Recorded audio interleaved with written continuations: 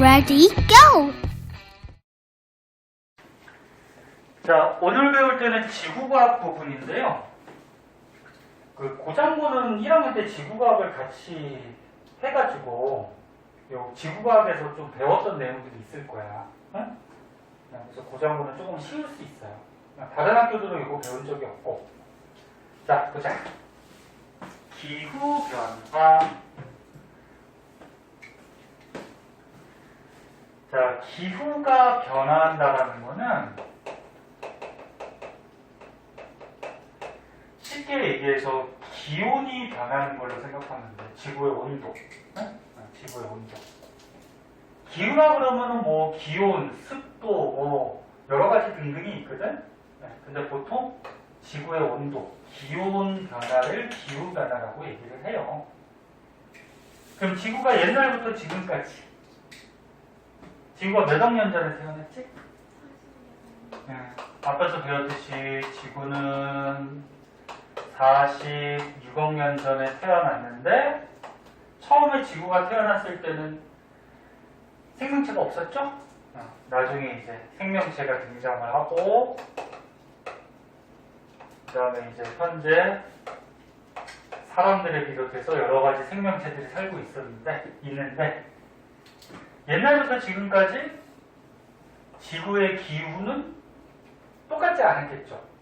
변했어요. 계속 변해갔어. 그래서 여기서는 이제 뭐 배우냐면은 기후 변화를 시키는 원인, 지구 기후를 변화시키는 원인에 대해서 배우는데 첫 번째,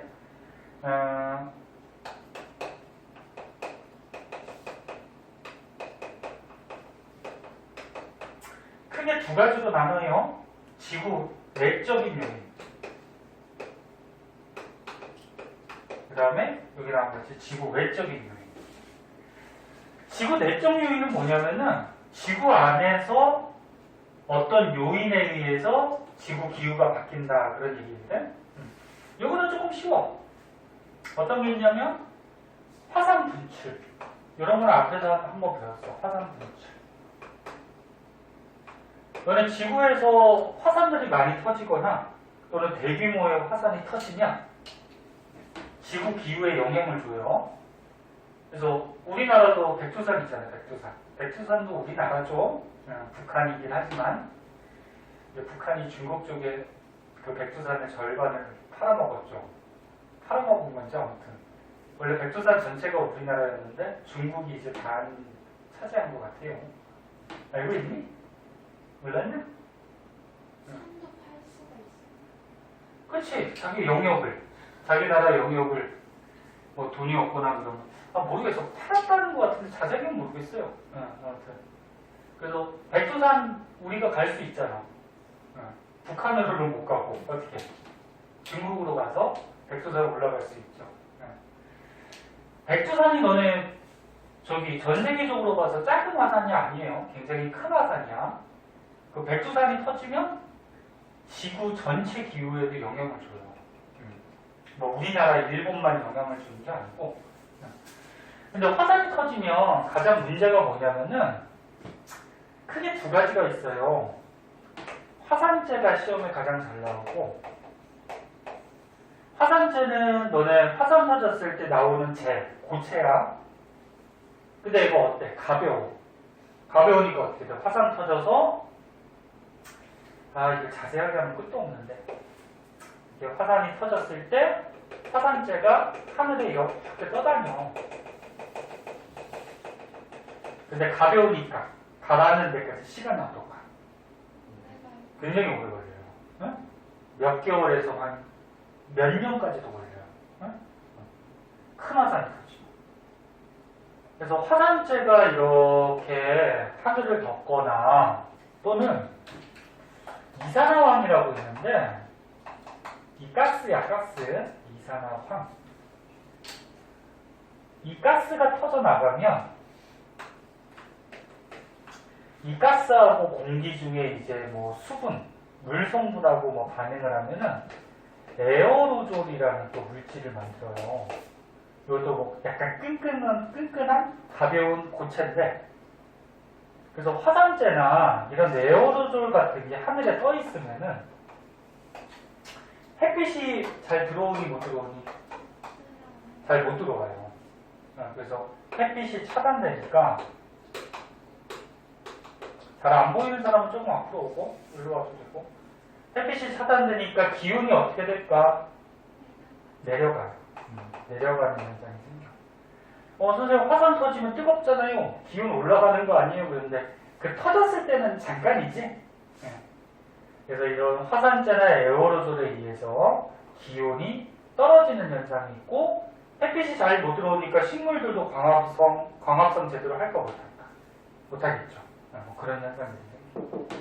이것도 알아두셔야 되고 그래서 여기 화산 분출로 인해서 대기 투과율 그러니까 투과가 통과한다는 건데 그러니까 여기서 햇빛이 통과한다는 거야. 그럼 대기 투과율이 어떻게 돼? 작아지는 거지. 투과가 잘 안 되는 거지. 그래서 기온이 떨어질 수가 있어요. 그 다음에 두 번째 지표면의 변화로 반사율 변화 이런 게 있는데 이거를 너무 자세하게 하면 끝이 없는데 쓸데가 없으니까 여기다 쓸게요. 반사율 변화.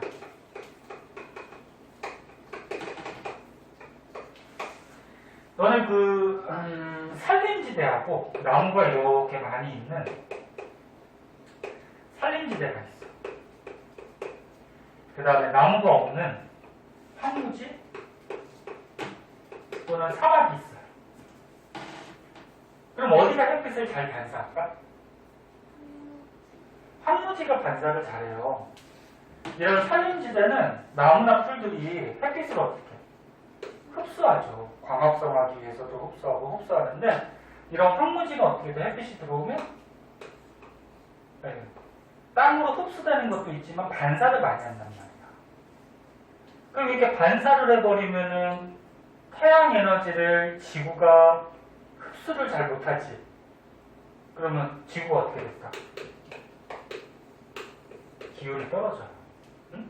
그래서 지표면이 뭐 산림지역이냐 황무지냐 이런 거에 따라서도 지구 기후가 바뀔 수가 있고 또는 대륙이냐 육지냐에 따라서도 바뀔 수가 있고 대륙이나 육지냐에 따라서도 이제 햇빛 반사율이 달라지거든.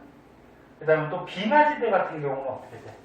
햇빛을 반사를 잘해. 빙하가 도윤은 없이 졸립지 또. 진짜 반사를 잘해서 또 영향도 있고.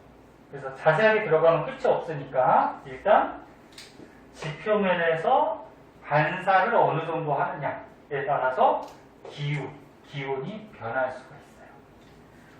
그 다음에 수육 분포에 의한 해류 변화.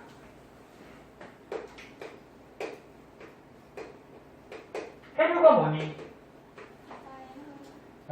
바닷물의 흐름이지. 바닷물의 흐름. 그래서 니네 따뜻한 바닷물이 적도, 저위도에서 고위도로 올라오는데 따뜻한 바닷물은 뭐라 그래? 난유라 그러죠. 따뜻한 바닷물이 흐르는 거. 그 다음에 차가운 바닷물이 흐르는 건 뭐라 그래? 한유라 그러죠. 그래서 너는 어떤 지역에 난유가 흐르냐 한유가 흐르냐에 따라서 그 바닷가 지역의 기온이 바뀌겠죠. 난유가 흐르는 지역은 어떨까? 따뜻한 바닷물이 흐르니까 기온이 올라가겠죠. 한유, 차가운 바닷물이 흐르면 그 지역은 기온이 떨어지겠지. 그치? 그래서 해류에 의해서도 그 지역의 기온이 변할 수가 있고요. 그 다음에 대기 중의 이산화탄소 농도.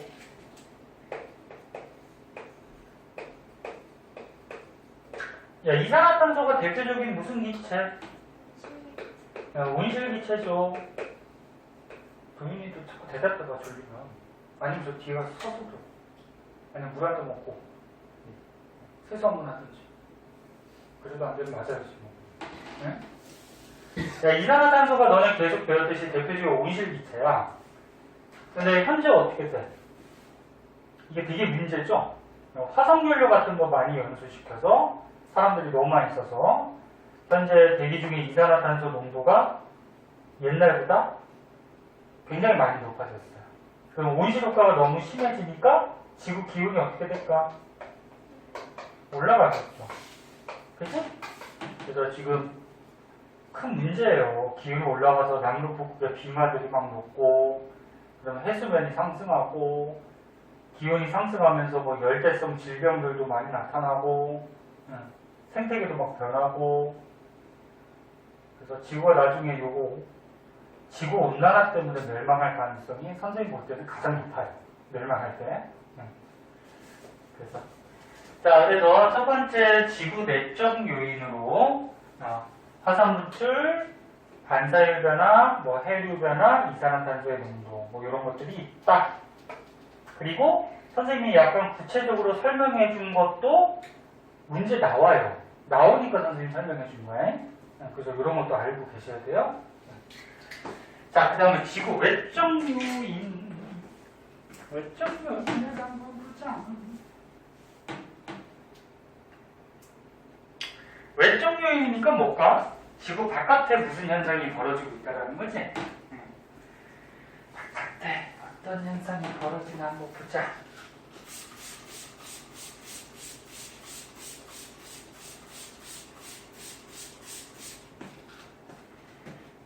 돌리가 아직 시험이 안 끝나서 공부하느라고 졸리구나. 그치? 공부 너무 열심히 해서 어제. 맞아?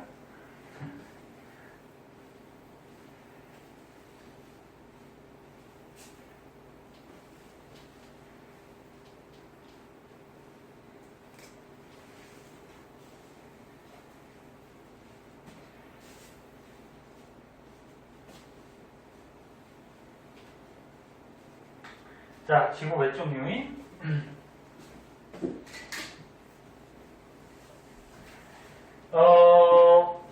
요 외적 요인에 대해서 자세한 거는 이게 2학년 때 지구과학 원에서 나와요. 고장부는 지금 1학년 때 배웠지만, 그래서 자세한 거는 이제 지구과학 원에서 배우고요. 지금 통합과학에서는 간단하게만 좀 알아보는 거예요. 그래서 자세하게까지는 1학년 때 시험 잘 안 나오고, 두 번째. 지구 외적 요인. 첫 번째, 자전축 기울기 변화라고 있어. 자전축 기울기 변화. 너네 현재 여기 자전축이 수직에 대해서 몇 도 정도 기울어져 있지, 이게? 23.5도 기울어져 있어요.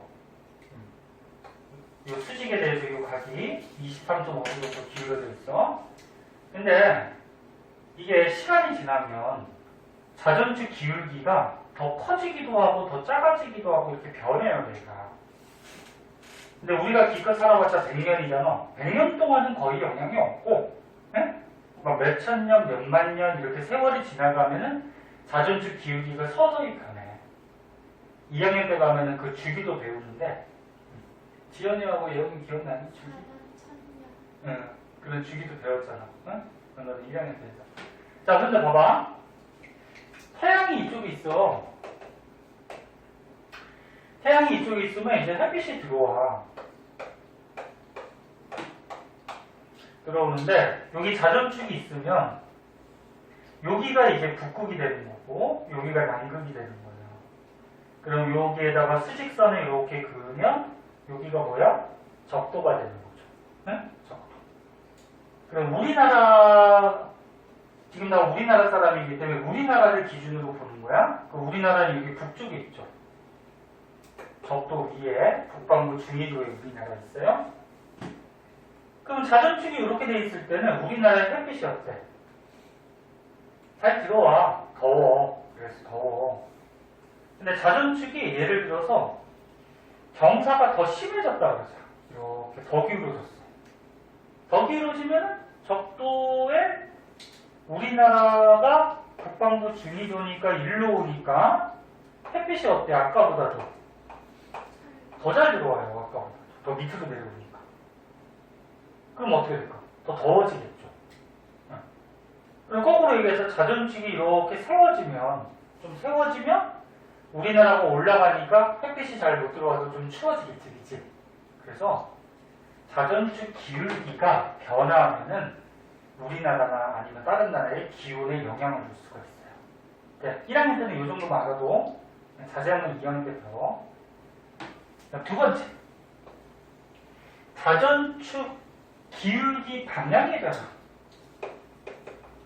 자전축의 기울기 방향이래요.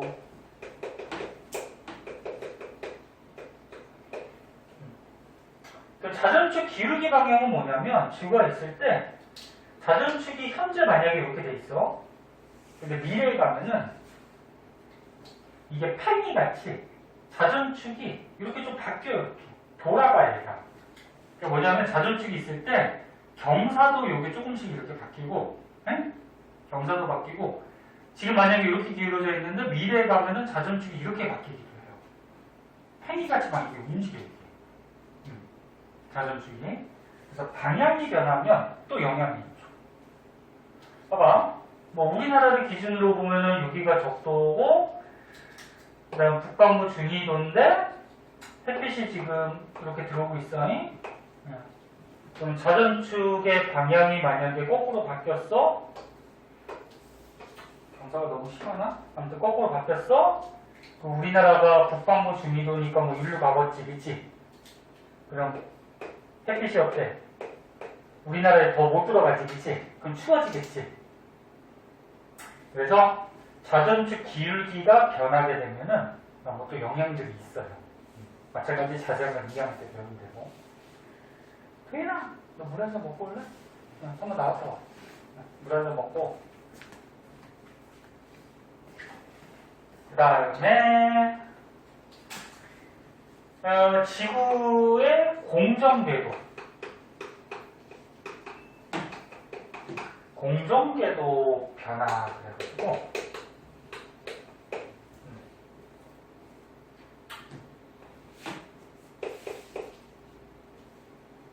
자, 여기 태양이 있고요. 지구가 이런 식으로 지금 타원주의를 지구가 태양주위를 타원궤도로 공전하고 있거든. 현재는 타원궤도로 공전하고 있는데, 공전이 뭔지 알죠? 태양주위를 1년에 한 바퀴 도는 거지. 근데 이 지구가 공전하는 궤도도 조금씩 바뀌어요. 그래서 만약에 이 공전 궤도가 지금하고 다르게 타원이 아니고 거의 뭐 이렇게 원에 가깝게, 이상하다. 옆에서 그리니까. 근데 공전 궤도가 막 바뀌어. 그럼 바뀌면은 지구가 안쪽에 있다가 바깥쪽으로 가고, 여기는 바깥쪽에 있다가 또 어떻게 돼? 안쪽으로 오고. 그럼 이 계절별로 기온이 어떻게 될까? 바뀔 수가 있겠죠. 태양에 여기 있을 때는 멀어지고, 여기 있을 때는 어떻게 돼? 또 가까워지고, 그치? 그러다 보면 태양에 의해서 얘네들의 기온이 또 변할 수가 있겠죠. 그래서 공전궤도 변화도 영향이 있고, 그 다음에 태양 활동의 변화. 이거는 통합과학 맨 앞에서 배웠듯이 태양은 중심 핵에서 무슨 반응하니? 수소 핵융합 반응에서 에너지가 나오죠. 근데 태양에서 방출되는 에너지가 맨날 똑같은 건 아니야. 얘가 활발하게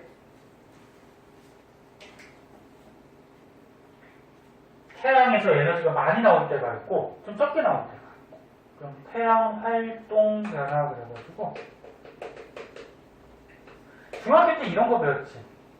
태양이 활발하게 막 빵빵 터지고 에너지가 많이 나오고 그러면 태양의 흑점, 시커먼 흑점이 보이는데 그 흑점 수가 어떻게 된다 그랬지? 많아진다 그랬어. 태양 활동이 활발해지. 이것도 참고삼아 알아두고, 흑점 수가 많아지면 태양 활동이 활발한 거야. 그럼 지구가 어떨까? 더 덥겠죠. 태양이 활발하니까. 그래서 태양 활동도 변하게 돼요.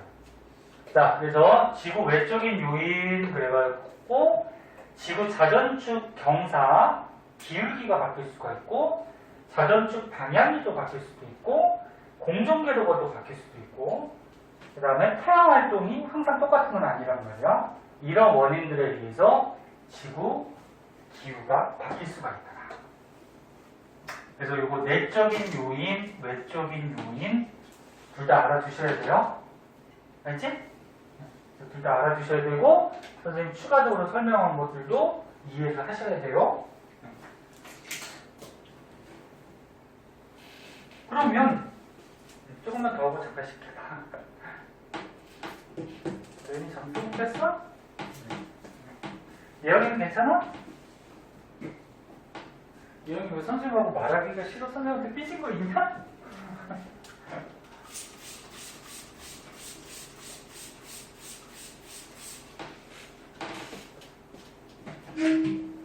자,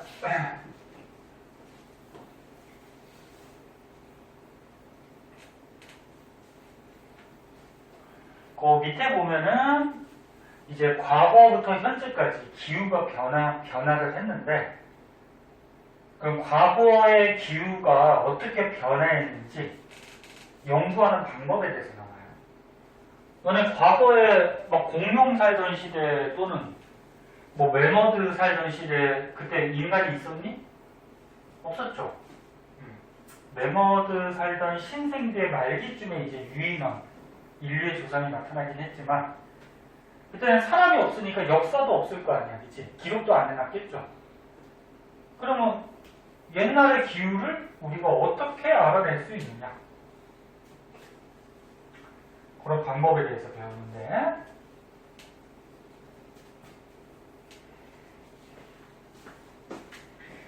타임머신 같은 게 있으면 되게 좋은데 타임머신을 실제로 만들 수 있을까 없을까? 없어요. 그게 뭐 그 타임머신을 타고 뭐 빛의 속도에 가깝게 이렇게 뿅 나르면은 뭐 시간까지 이렇게 거슬러 갈 수 있다. 뭐 이런 말이 있는데 이론은 있지만 실제로 빛의 속도로 나를 수가 있어요? 없죠. 그럼 사람 다 분해되죠. 그 기계도 다 분해되죠. 타임머신을 만들 수는 없는데 모르지. 또 미래에 가면 어떤 기술이 나와서 또 생길지도 모르는데 과거도 한번 가보고 싶고, 그치? 미래도 한번 가보고 싶고, 그치? 재밌을 텐데. 자, 그 다음 두 번째, 기후변화를 연구하는 방법. 과거, 기후가 변화한 것을 연구하는 방법. 여기 책에 소개된 거 말고도 또 다른 것들도 있어요. 근데 이거 소개된 정도만 봐주자. 여기까지만 하고 조금 쉴까 할게요. 첫 번째, 나무의 나이테 온도.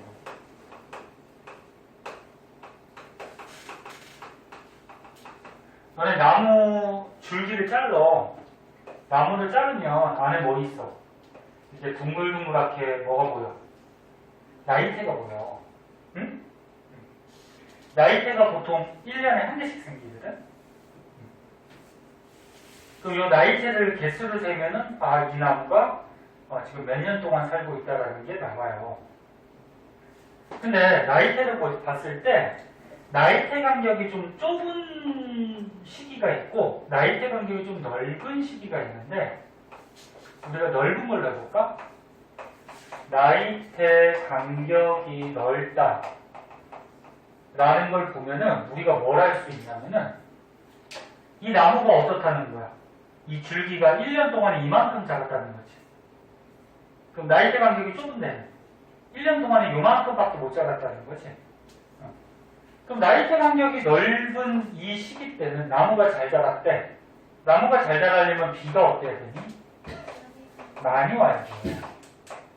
물이 풍부해야지 나무가 잘 자라지. 그래서 비가 많이 오고 그 다음에 온도가 높아야 되니 낮아야 되니? 높아야지, 따뜻해야지 나무가 잘 자라지. 그래서 나무테 간격이 넓은 걸로 봐서 이때는 이 지역에 비도 많이 오고 기온도 높았구나. 이런 걸 우리가 확인할 수가 있어요. 그래서 책에 보면 나무의 나이테 연구 그래가지고 기온이 높고 강수량, 비가 많이 오면 나무가 잘 자라죠. 생장이 자란다는 거지. 생장 속도가 빨라져. 그럼 나이테 간격이 어때? 넓죠. 그래서 이런 방식으로 과거 기후를 알아내는데 이거의 단점은 뭐냐면 나무가 기껏 살아봤자 몇 년 사니? 몇천 년 사는 것도 있어요. 만 년까지 사는 것도 있어요, 나무가. 너네 우리나라도 그 보호수 막 시골 같은 데 가면 굉장히 줄기 굵으면서 막 몇천 년 된 나무 이렇게 막 써 있을 텐데. 그러니까 아무튼 몇천 년 살 수 있거든.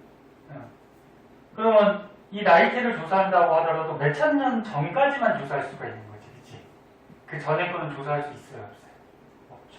그래서 가까운 과거를 조사할 때 너무 먼 과거는 조사 못해요. 가까운 과거를 조사할 때는 이렇게 쓸 수 있어요. 자, 두 번째, 빙하 코어.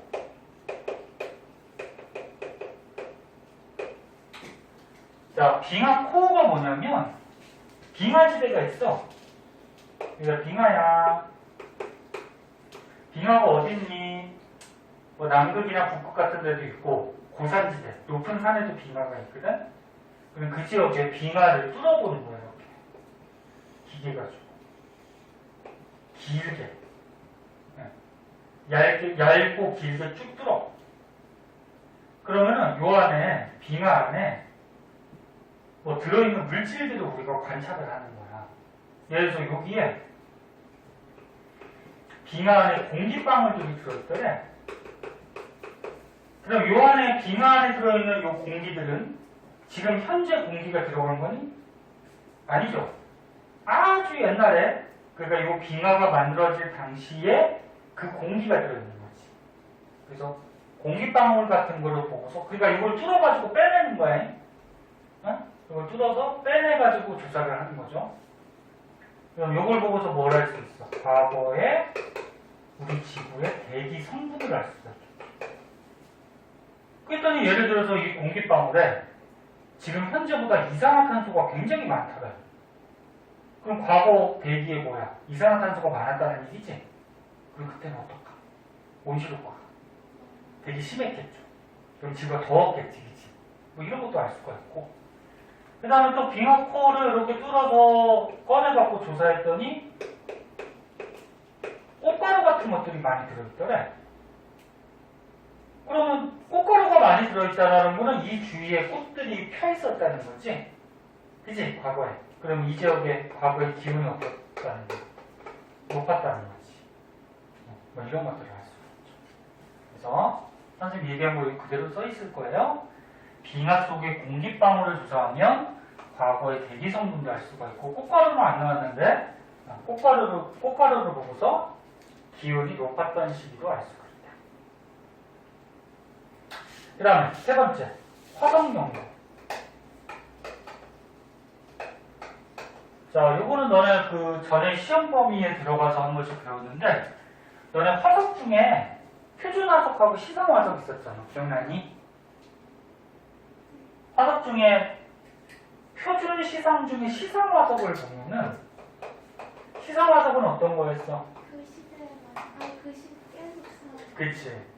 시상 화석은 옛날부터 지금 현재까지 있는 생물의 화석인데, 근데 이 생물들은 특정한 환경에서만 살죠.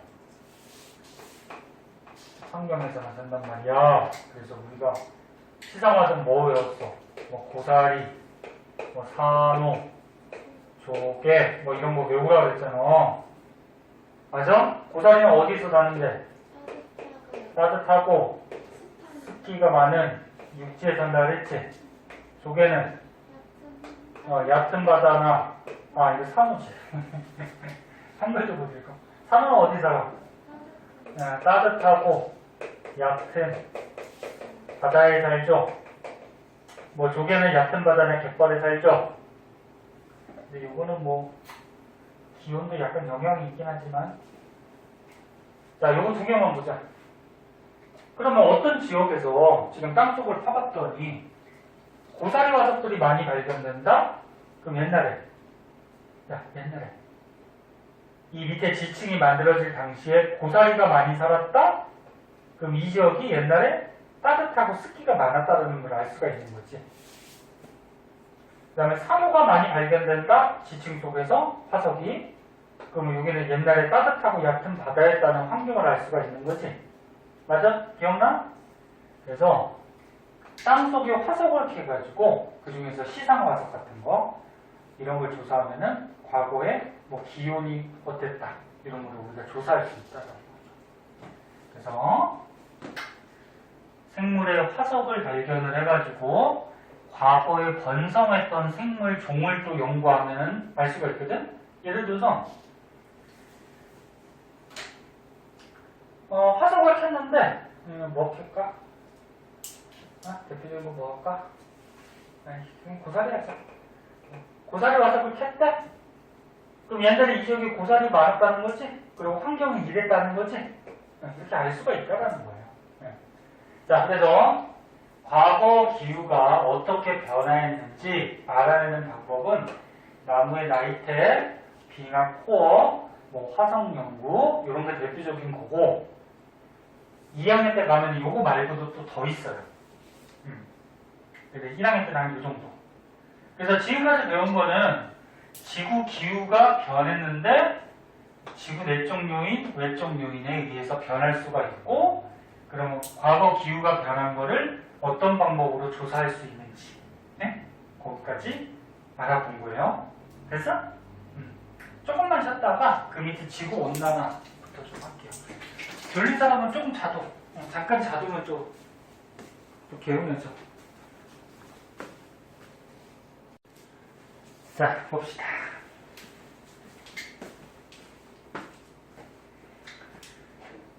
거기 이제 가운데, 책 가운데 보면은, 과거로부터 이제 기후변화를 조사를 해가지고, 이렇게 그래프로 나타냈어요. 그랬더니, 여기 보니까 40만 년 동안 기온변화에, 이제 기온이 좀 높아졌다, 낮아졌다, 높아졌다, 낮아졌다, 이걸 좀 반복했죠. 그죠? 그래서, 과거 기온이 좀 이렇게 높아졌다 낮아졌다를 반복하는 경향이 있더라. 응? 그렇게 알아두고 높아진 거는 따뜻한 거죠. 온난. 낮아진 거는 뭐야? 한랭. 그래서 온난과 한랭이 좀 반복되는 이런 기온 변화 경향이 나타났다. 그거 알아두고 근데 또 한 가지 알아둘 거는 이렇게 반복을 했는데 이거는 이제 과거 1000년 동안만 나타낸 거야. 최근에 가서 기온이 어떻게 돼? 많이 상승하죠. 그래서 최근에 기온이 왜 크게 상승을 해? 온실기체가 많아져서 지구온난화가 생겨서 그런 거죠. 그죠? 자, 그래서 반복되는 경향이 있고 최근에 지구온난화 때문에 많이 상승한다. 네? 그 정도 알아두고 그럼 이제 지구온난화에 대해서 이제 자세하게 배우는데 지구온난화 지구온난화는 선생님이 다 얘기했어요. 지구에 무슨 기체가? 온실기체가 어떻게 돼? 너무 많이 증가한 거야. 온실기체는 너는 지구를 따뜻하게 보온해주는, 도움을 주는 기체예요. 근데 이게 너무 많아지면 문제가 되는 거죠. 대표적인 온실기체가 뭐가 있죠? 이산화탄소가 가장 큰 영향을 줘요. 이산화탄소가. 그 밖에 이산화탄소 말고도 온실기체 여러 가지가 있어. 수증기도 온실효과를 나타내고요. 이산화탄소, 메테인, 뭐 오존, 일산화이질소. 그 다음에 이거 말이 어렵죠. CFC라고 해서 말이 어려운데 클로로, 플루오르, 탄소 뭐 이렇게 돼 있는데 말이 어렵죠. 이 이름을 다 외울 필요는 없고 그냥 뭐 이런 종류들이 있다 정도만. 네? 그 중에서 지구온난화를 일으키는데 가장 큰 영향을 주는 기체는 누구? 이산화탄소. 이거는 기억해 두시고요. 근데 이 이산화탄소가 왜 생겼을까? 왜 이렇게 많아졌을까? 아까 전에 얘기했듯이 최근에 기온이 올라가 아주 옛날보다 최근에 공업화, 산업화가 진행되면서 화석연료를 어떻게 많이 사용해서 그렇죠. 그래서 화석연료 사용량이 많이 증가했기 때문에 많이 증가했기 때문에 이산화탄소가 너무 많아지더라. 그런 거죠. 그러면 이 지구온난화 때문에 어떤 현상들이 생길까? 지구에 이상한 현상이 생기죠. 이상한 현상이라고 했냐? 이상한 현상이 생기는데 온난화 때문에 어떻게 돼? 빙하들이 따뜻해지니까 녹죠. 빙하들이 녹으면 바닷물이 높아지죠. 바닷물이 올라올 거 아니야. 빙하가 녹은 만큼 물이 보충되니까. 그럼 바닷물이 높아지면 육지 면적이 어떻게 될까? 육지 면적이 줄어요. 그러니 그래서 빙하가 높고요. 그 다음에 또 한 가지 더 하면은 바닷물이 더우니까 팽창할 수가 있어요. 그래서 빙하가 높고 바닷물이 팽창하다 보면 바닷물이 높아져. 그리고 육지 면적이 줄어들어. 뭐 이런 현상도 있고, 그 다음에 여러 가지 기상이변들도 생기죠. 가뭄이나 홍수. 그러니까 지구 기온이 높아졌다라는 거는 지구에 에너지가 너무 많다는 거야. 그래서 뭐 구름, 태풍이 만들어지더라도 뭐 슈퍼 태풍, 굉장히 큰 게 만들어지고, 어떤 지역은 또 비가 많이 오고, 홍수, 어떤 지역은 또 가뭄이 들고, 뭐 이런 기상이변 같은 것들이 생기고, 그 다음에 지구 전체가 더워지니까 열대성, 아열대 질병, 열대성 질병이라고 할까? 열대지방, 더운 지방에서 생기는 질병이 전 세계적으로 많이 발생할 수가 있고요. 그 다음에 동식물의 서식질환, 그 다음에 그 동식물들의 개체수 같은 것도 변할 수가 있어요. 그래서 가끔 TV 같은 데 곰이 광고 같은 거 나오잖아. 북극곰이 빙하들이 녹아서 살 데가 없어갖고 막 그 물 위에 빙하 조그만데 막 거기에 뭐 붙어있고 막 이런 못 봤니? 일단 온난화 때문에 지구 온난화 때문에 그렇죠. 그래서 동식물 생태계가 변화가 생길 수가 있어요. 생태계 변화. 맨날 이 광고는 진짜.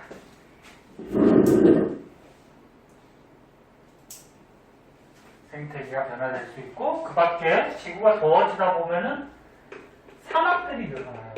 사막 변화입니다. 등등등 해가지고 여러 가지 지구에 안 좋은 현상들이 생겨요.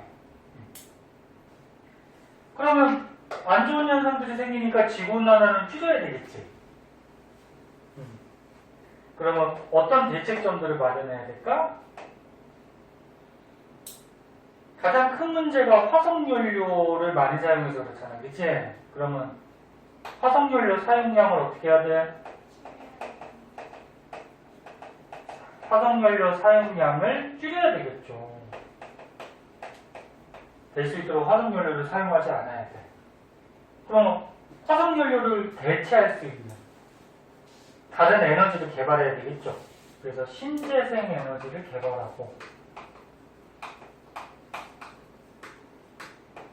신에너지라고 그러면 옛날에 없던 새로운 에너지고, 재생에너지라고 그러면 태양에너지나 뭐 바람에너지나 뭐 이런 거 같이 계속 쓸 수 있는 걸 재생에너지라고 해. 배운 사람도 있지만.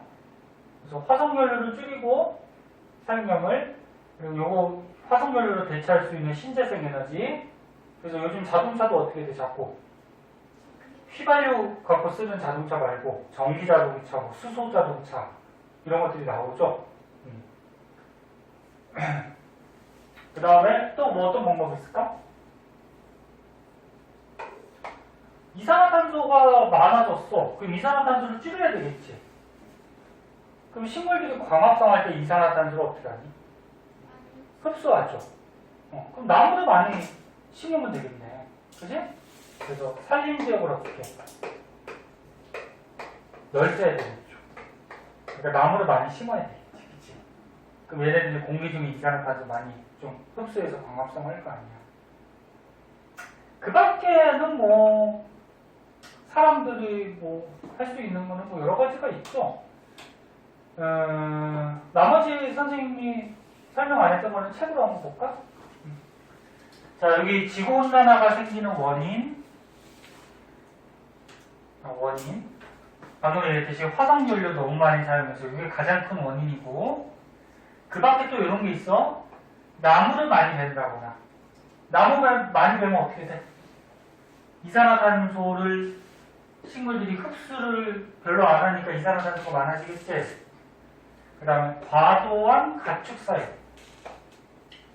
야, 가축을 너무 많이 키워. 이건 왜 그러지? 먹으려고? 가축을 너무 많이 키우면은 가축들에서 나오는 방부 있잖아, 방부. 이게 농담하는 게 아니고 가축들에서 나오는 그 방부 성분 중에 이산화탄소, 메테인 뭐 이런 것들이 들어있어.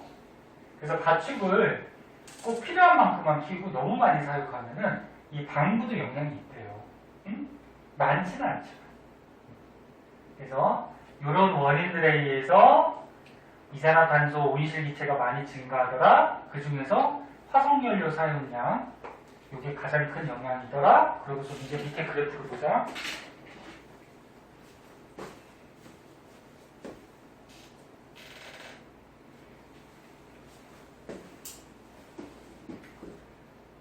자, 밑에 그래프를 보시면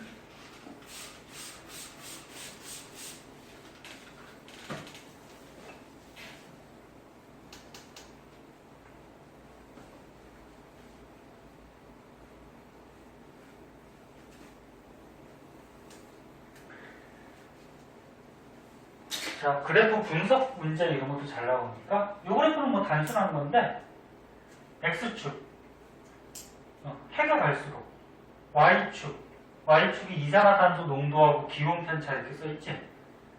해가 갈수록 이산화탄소 농도가 어떻게 돼? 많아지고 있죠. 그래서 기온 편차라 그러면 어렵게 생각하지 말고 과거에 비해서 현재 기온이 어느 정도 되느냐, 네? 그런 거거든. 그러니까 기온이라고 생각하면 돼. 그래서 이산화탄소 농도가 많이 증가하니까 기온도 어떻게 돼? 많이 올라가고 있죠?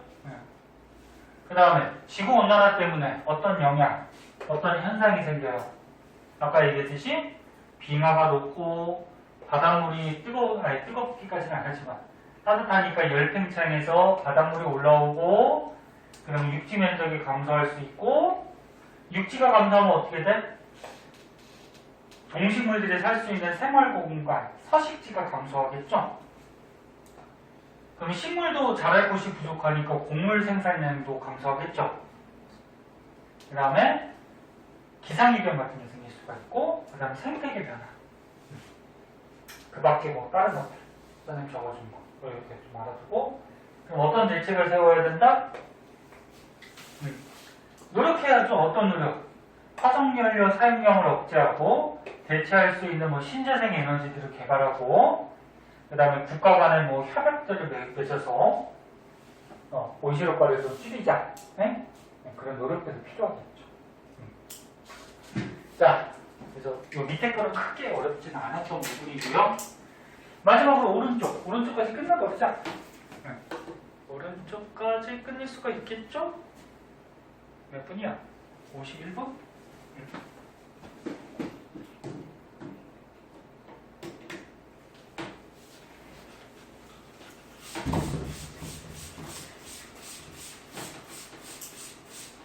자, 오른쪽은 이제 한반도, 우리나라를 나타낸 건데, 이것도 간단해요. 너네 우리나라는 전 세계 기온 상승하는 거에 비해서 우리나라는 더 심할까, 더 약할까? 더 심해요, 우리나라는. 그러니까 전 세계 기온이 올라가는 거에 비해서 우리나라는 더 빨리 올라가고 있어요. 이유가 왜 그럴까? 왜 우리나라가 지구온난화가 더 심할까? 화석연료 많이 써서. 그렇죠. 화석연료 많이 쓴다는 이유가 뭐야? 사람들이 많지. 인구 밀도가 너무 높고, 그렇지? 사람들이 많아서 그 좁은 땅덩어리에 사람들이 많고 그만큼 화석연료도 많이 쓰고 그럼 거꾸로 얘기하면 이제 산림지역은 또 적겠죠. 그죠? 자, 뭐 그런 이유들인데 봅시다. 이거는 뭐 쉬워서 책으로 한번 볼게요. 여기서 알아둘 거는 지구 전체적으로 평균 기온이 다 올라가고 있어요. 지구 전체적으로. 근데 우리나라는 어떻다는 거야? 우리나라는 지구 전체에 비해서 큰 폭으로 상승한다. 그러니까 우리나라가 기온 상승하는 게 더 심하다는 거예요. 이유는 아까 얘기했듯이 산업화. 그지? 산업화로 인해서 화석연료 많이 사용해서 온실가스 배출량이 증가해서. 그래서 이 그래프도 뭐 그런 거야. 지금 여기 잘 안 보이는데 지금 보라색이 지구 전체 기온의 편차거든. 근데 보니까 보라색은 이렇게 해서 기온이 조금 올라가고 있어요, 현재. 근데 이 검은색이 우리나라인데 우리나라는 어떻게 되고 있어? 급격하게 올라가고 있어요.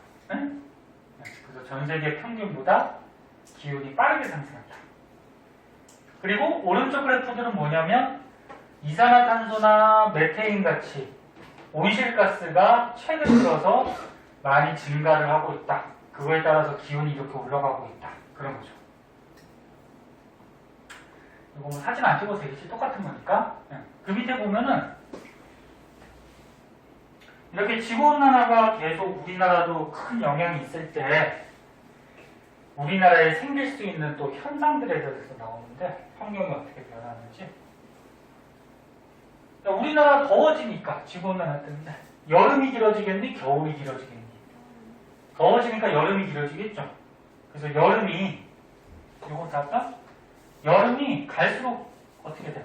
지금 여기서부터 여기까지가 여름이죠? 옛날보다 어떻다는 거야? 여름의 길이가 길어지고 있다는 거죠. 네? 갈수록 여름이 길어질 거예요. 더운 날들이. 그럼 거꾸로 얘기하면 겨울의 길이는 어떻게 돼? 옛날보다 짧아진다는 거죠. 그래서 여름은 길어지고 겨울은 점점 짧아지는 이런 계절 변화가 앞으로도 계속 일어날 거고. 그래서 이거 봐, 계절 길이 변화 생기고, 그다음 아까 얘기했듯이 생태계 변화, 동식물들의 서식지가 변하죠. 전에 한라봉 같은 거는 옛날에 제주도만 열렸어, 그치? 근데 한라봉 같은 그런 더운 지방에서 열리는 과일이 이제 남해안까지도 열리고요. 그 다음에 뭐 사과 같은 것도 이제 더운 대구 지방에서만 열렸는데 이제 강원도에서도 막 사과가 열려요. 서늘한 강원도에서. 그 다음에 난류성 어종. 난류성 어종이 뭐냐면 따뜻한 바닷물에 사는 물고기들. 그리고 원래 이렇게 따뜻한 남쪽 지방에 살던 물고기들이 우리나라 지방 위까지 막 올라와서 살고. 그래서 동식물의 서식지가 변화하고, 그 다음에 봄꽃 개화 시기 변화 그래갖고 겨울이 짧아졌지. 야, 겨울이 짧아지면 봄이 어떻게 돼? 빨리 오죠. 야, 겨울이 짧아졌어? 그럼 봄이 빨리 오겠지. 무슨 말인지 알겠니? 그래서 봄꽃이 빨리 핀다는 거죠. 봄이 빨리 오니까. 그 다음에 아열대 기후가 우리나라 전체적으로, 아열대 기후는 이제 그 아열대 지방, 더운 지방의 기후를 얘기하는 거야. 그 기후가 우리나라 전체적으로 확대될 것이다. 현재도 이렇게 노란색 칠해져 있는 부분이 아열대 기후, 굉장히 더운 지역인데 우리나라 전체적으로 이제 더운 지역이 점점 더 확대될 것이다. 그런 거죠. 그래서 오늘 배운 거 정리할게요. 첫 번째 뭐 배웠어? 지구 기후가 왜 변하는지 원인, 지구 내적 요인, 외적 요인. 그 다음에 과거 기후를 조사하는 방법. 근데 과거 기후를 조사했더니 올라갔다 내려갔다를 좀 반복했는데 최근에 많이 높아진다. 그치? 왜 높아진다? 지구온난화 때문에. 그래서 지구온난화 일으키는 원인과 현상, 뭐 이런 것들에 대해서 배운 거죠. 밑에 문제가 있는데 57분이래요. 그 네 문제 집에서 좀 해봐. 알지? 뭐 쉬운 거니까. 자, 오늘 여기까지 할게요. 고생들 하셨어요.